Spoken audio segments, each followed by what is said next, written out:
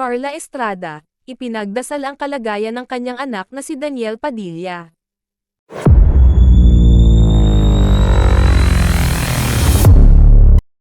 Nagbigay ng saloobin ang celebrity mom na si Carla Estrada sa kasalukuyang kalagayan ng kanyang anak na si Daniel Padilla, na patuloy na nahaharap sa pambabatikos matapos ang breakup nila ni Catherine Bernardo. Sa isang panayam kay Bernadette Sembreno, sinabi ni Carla Estrada na naging topic si Daniel Padilla sa buong mundo. Napuno itong pambabatikos at naniniwala siyang nakaapekto din sa kanyang anak ang kamakailang mga isyu na kinaharap nito. Gayunpaman, sinabi ni Carla Estrada na si Daniel Padilla lamang ang nakakaalam ng kanyang estado. At ang tanging magagawa niya ay ipagdasal ang kanyang anak.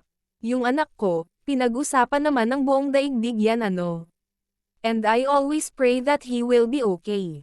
But at the end of the day, yung question na kamusta yung anak ko, kamusta si Daniel lang ang tanging makakasagot ng buo nun.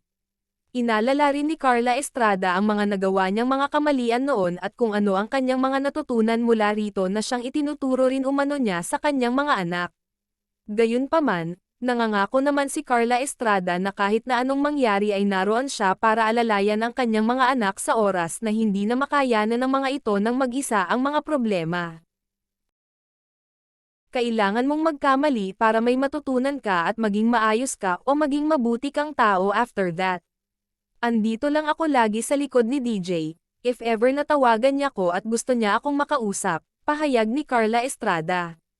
Hindi naman lingid sa kaalaman ng lahat na si Daniel Padilla ang nakatanggap ng matinding pambabatikos mula sa mga netizens nang maghiwalay sila ng kanyang dating nobya na si Catherine Bernardo matapos magsilabasan ang mga isyu at baho ng aktor na matagal nang nakatago.